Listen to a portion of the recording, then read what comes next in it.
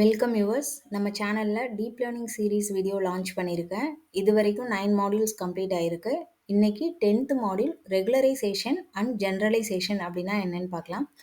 First generalisation அப்படின்னா என்னன்னு பார்க்கலாம். ஸோ ஜெனரலைசேஷன் அப்படின்றது மாடல் ட்ரைனிங் டேட்டாவை மட்டும் படிக்காம அன்சீன் டெஸ்ட் டேட்டாலையும் அது கரெக்டாக ப்ரெடிக்ட் பண்ணணும். அதுதான் வந்து ஜெனரலைசேஷன். ஒரு சிம்பிள் எக்ஸாம்பிள் பார்த்தீங்கன்னா, இப்போ கிளாஸ்ல டீச்சர் வந்து சில எக்ஸாம்பிள்ஸ் குடுத்து படிக்க சொல்றாங்க. ஓகேங்களா? பட் எக்ஸாம்ல நியூ கொஸ்டின்ஸ் வந்துச்சுன்னா, நம்மளால ஆன்சர் பண்ண முடிஞ்சதுன்னா, அதுதான் ஜெனரலைசேஷன் அப்படின்னு சொல்லி சொல்றோம். நெக்ஸ்ட் டாபிக் பார்த்தீங்கன்னா, ஏன் ஜெனரலைசேஷன் பண்ணணும் அப்படின்னு பார்த்தீங்கன்னா, ஃபர்ஸ்ட்டு வந்து ரியல் வேர்ல்டு டேட்டா எப்பவுமே சேஞ்ச் ஆகிக்கிட்டே இருக்கும். ஓகேங்களா? ட்ரைனிங் டைம்ல யூஸ் பண்ற டேட்டா வந்து கண்ட்ரோல்டா இருக்கும். பட் ரியல் வேர்ல்ட பொறுத்தவரைக்கும் நியூ பேட்டர்ன்ஸ் இருக்கும். டேட்டா நாய்ஸியா இருக்கும். அப்புறம் டேட்டால நெறைய வேரியேஷன்ஸ் இருக்கும். எக்ஸாம்பிள் பார்த்தீங்கன்னா, ஃபேஸ் ரெகக்னிஷன் ஆப். ஸோ இதில வந்து ஃபேஸோட ஆங்கிளோ, இல்ல லைட்டிங், பியர்ட் ஏதாவது எல்லாமே வந்து சேஞ்ச் ஆகலாம். ஓகேங்களா? இப்போ ஜெனரலைசேஷன் வீக்கா இருந்துச்சுன்னா, டெஸ்ட் டேட்டால இது வந்து ஃபெயில் ஆயிடும். ஸோ இதனால வந்து நமக்கு கண்டிப்பா ஜெனரலைசேஷன் தேவைப்படுது. அதுக்கப்புறம் பார்த்தீங்கன்னா, ஓவர் ஃபிட்டிங். ஸோ இது வந்து ரொம்ப டேஞ்சரஸ். ஓவர் ஃபிட்டிங்னா, மாடல் வந்து ட்ரெய்னிங் எக்ஸாம்பிள்ஸ மட்டும் மெமரைஸ் பண்ணும். டெஸ்ட் டைம்ல நியூ சினரியோஸ் வரும்போது அது வந்து கன்ஃப்யூஸ் ஆயிடும். ஓகேங்களா? ஸோ ஜெனரலைசேஷன் பண்றதால ஓவர் ஃபிட்டிங் அவாய்ட் பண்ணலாம். ரிலையபிள் ப்ரிடிக்ஷன்ஸ் நமக்கு கிடைக்கும். அதுக்கப்புறம் பார்த்தீங்கன்னா, பிசினஸ் சைட்ல பார்த்தீங்கன்னா, இப்போ கம்பெனி வந்து ஒரு மாடல டிப்ளாய் பண்றாங்க. அன்சீன் கஸ்டமர் டேட்டால அது ஒர்க் ஆகும். பட் ஜெனரலைசேஷன் புவரா இருந்துச்சுன்னா, ப்ரிடிக்ஷன் ராங்கா இருக்கும். கஸ்டமர் இம்பாக்ட் இருக்கும். நெறைய மணி லாஸ் ஆகும். ஃபார் எக்ஸாம்பிள் இப்போ ஃப்ராட் டிடெக்ஷன் சிஸ்டம் வந்து ட்ரெய்னிங் டேட்டால சூப்பரா ஒர்க் ஆகுது. பட் நியூ ஃப்ராட் பேட்டர்ன்ஸ் வரும்போது அதால டிடெக்ட் பண்ண முடியாம ஃபெயில் ஆகுறதால, நமக்கு பெரிய லாஸ் கிடைக்கும். ஸோ இதனால டேட்டா ஜெனரலைசேஷன்ன்றது ரொம்ப முக்கியம். நெக்ஸ்ட் டாபிக் பார்த்தீங்கன்னா, ஜெனரலைசேஷனை எப்படி இம்ப்ரூவ் பண்ணுறதுன்னு பார்க்கலாம். ஃபர்ஸ்ட்டு வந்து டேட்டாவுக்கு நிறைய வெரைட்டி குடுக்கணும். அத வந்து நம்ம டேட்டா ஆக்மென்டேஷன்னு சொல்லுவோம். ஃபார் எக்ஸாம்பிள் இப்போ ஒரு இமேஜ் இருக்குன்னா, அத வந்து ரொட்டேட் பண்ணலாம், ஃபிளிப் பண்ணலாம், கிராப் பண்ணலாம். ஸோ இந்த மாரி வேரியேஷன்ஸ் டேட்டால நம்ம காமிக்கலாம். ஆடியோவா இருந்துச்சுன்னா, அதில நாய்ஸ் ஆட் பண்ணலாம், பிட்ச் சேஞ்ச் பண்ணலாம். ஸோ இந்த மாதிரி பண்ணும்போது, மாடல் வந்து டேட்டாவ மெமரைஸ் பண்ணாம லேர்ன் பண்ணும். செகண்ட் ஒன் பார்த்தீங்கன்னா, மாடலுக்கு கரெக்ட்டான காம்ப்ளெக்ஸிட்டிய சூஸ் பண்ணணும். அதுக்கப்புறம் பார்த்தீங்கன்னா, தேர்ட் ஒன் ஓவர் ஃபிட்டிங்க கண்ட்ரோல் பண்றதுக்கு ரெகுலரைசேஷன் வந்து யூஸ் பண்ணணும். ஸோ இந்த 3 திங்ஸ் தான் வந்து ரொம்ப இம்பார்ட்டன்ட். அதாவது மெமரைசேஷன் ரெடியூஸ் பண்றது, வேரியேஷன இன்கிரீஸ் பண்றது, காம்ப்ளெக்ஸிட்டிய கண்ட்ரோல் பண்றது. ஸோ இது 3ம் பண்ணும்போது ஜெனரலைசேஷன் வந்து இம்ப்ரூவ் ஆகும். நெக்ஸ்ட் டாபிக் ரெகுலரைசேஷன்னா என்னன்னு பார்க்கலாம். ரெகுலரைசேஷன் அப்படின்றது மாடலோட காம்ப்ளெக்ஸிட்டிய கண்ட்ரோல் பண்ண யூஸ் பண்ற ஒரு டெக்னிக் தான் வந்து ரெகுலரைசேஷன். மாடல் ரொம்ப காம்ப்ளெக்ஸா இருக்கும்போது ட்ரெய்னிங் டேட்டாவ மெமரைஸ் பண்ணிடும். அதாவது ஓவர் ஃபிட் ஆகிடும். ஸோ ரெகுலரைசேஷன் யூஸ் பண்றப்போ வெயிட்ஸ், ஆர்க்கிடெக்சர், லேர்னிங் பிஹேவியர் எல்லாமே வந்து கண்ட்ரோல் ஆகும். ஓகேங்களா? ஸோ இத தான் வந்து ரெகுலரைசேஷன் அப்படின்னு சொல்றோம்.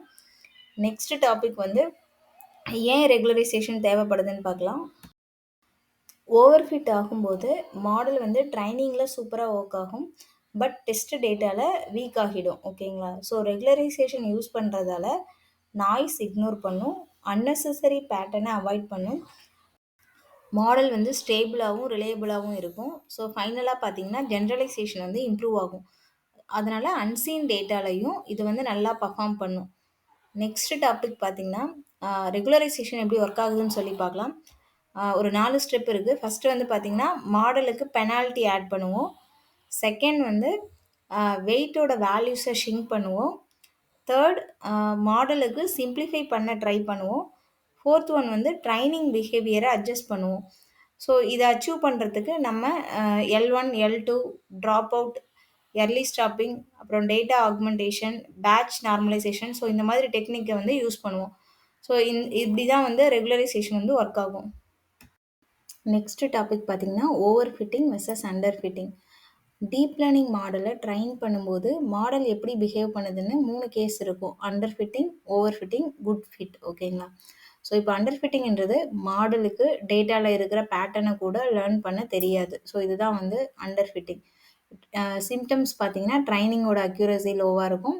வேலிடேஷன் இல்ல டெஸ்ட் அக்யூரசி வந்து லோவா இருக்கும். எதனாலன்னு பார்த்தீங்கன்னா, மாடல் ரொம்ப சிம்பிளா இருக்கும். ட்ரெய்னிங் டைம் ரொம்ப கம்மியா இருக்கும். ஃபீச்சர்ஸே வந்து ப்ராப்பரா இருக்காது.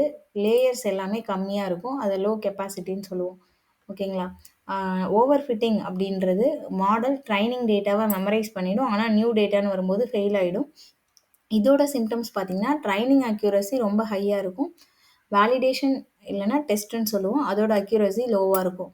எதனாலன்னு பார்த்தீங்கன்னா, மாடல் ரொம்ப காம்ப்ளக்ஸா இருக்கும். நெறைய பாராமீட்டர்ஸ் இருக்கும். ரெகுலரைசேஷன் இருக்காது. ஆ அதுக்கப்புறம் வந்து பார்த்தீங்கன்னா, 3 ஒன் வந்து குட் ஃபிட். அதாவது இத தான் ஐடியல் கேஸ்ன்னு சொல்றோம். மாடல் வந்து ட்ரெய்னிங் பிளஸ் நியூ டேட்டா 2த்துலயுமே நல்லா பெர்ஃபார்ம் பண்ணணும். இதோட சிம்ப்டம்ஸ் ட்ரெய்னிங்கோட அக்யூரசியும் நல்லாருக்கும். வேலிடேஷனோட அக்யூரசியும் நல்லாருக்கும். ஸோ இதோட கோல் என்னன்னா ஜெனரலைசேஷன். அன்சீன் டேட்டால மாடல் கரெக்ட்டா பிரெடிக்ட் பண்ணணும். ஸோ இதுதான் வந்து இதோட கோல். நெக்ஸ்ட் டாபிக் பார்த்தீங்கன்னா, L1, L2 ரெகுலரைசேஷன். ரெகுலரைசேஷன் அப்படின்னா, மாடல் ரொம்ப காம்ப்ளக்ஸ் ஆகாம கண்ட்ரோல் பண்றது. ஃபர்ஸ்ட்டு வந்து L1 ரெகுலரைசேஷன் அப்படின்னா என்னன்னு பார்க்கலாம். இத லாசோ ரெகுலரைசேஷன்னு சொல்லுவோம். இது அன்னெசசரி வெயிட்ஸ 0 ஆக்கும். ஃபீச்சர் செலக்ஷனுக்கு ஹெல்ப் பண்ணும். ஸ்பார்ஸ் மாடல கிரியேட் பண்ணும். ஓகேங்களா? சிம்பிளா சொல்லணும்னா, தேவையில்லாத கனெக்ஷன்ஸ இது கட் பண்ணிடும். ஓகேங்களா? செகண்ட் வந்து பார்த்தீங்கன்னா, L2 ரெகுலரைசேஷன். இத ரிட்ஜ் ரெகுலரைசேஷன்னு சொல்லுவோம். இது வெயிட்ஸ ஸ்மால் ஆக்கும். 0 ஆக்காது. ஓவர் கான்ஃபிடன்ஸ அவாய்ட் பண்ணும். லேர்னிங் வந்து ஸ்மூத்தா இருக்கும். ஓகேங்களா?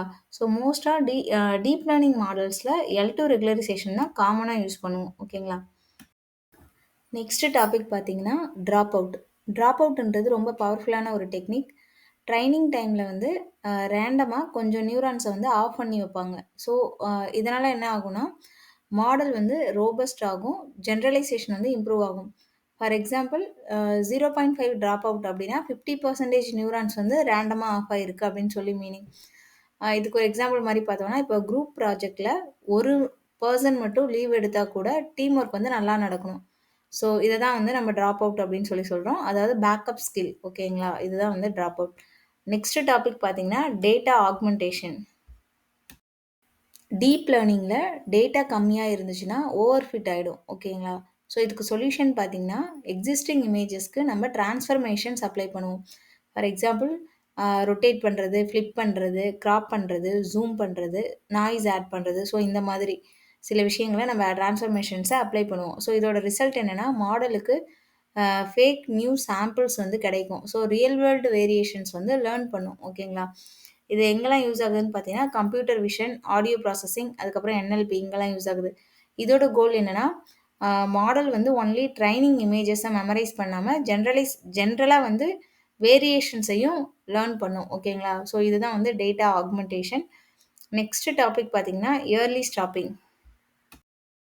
ட்ரெய்னிங் லாஸ் டிக்ரீஸ் ஆயிட்டு இருக்கும்போது, ஒரு பாயிண்ட்ல வேலிடேஷன் லாஸ் வந்து இன்க்ரீஸ் ஆக ஸ்டார்ட் ஆயிடும். ஸோ, ஓவர் ஃபிட்டிங் ஸ்டார்ட் ஆயிடுச்சுன்னு மீனிங். ஓகேங்களா? ஸோ, எர்லி ஸ்டாப்பிங்கோட அப்ரோச் என்னன்னா, வேலிடேஷன் லாஸ் மினிமம் பாயிண்ட் வரும்போதே ட்ரெய்னிங்க ஸ்டாப் பண்ணிடுவோம்.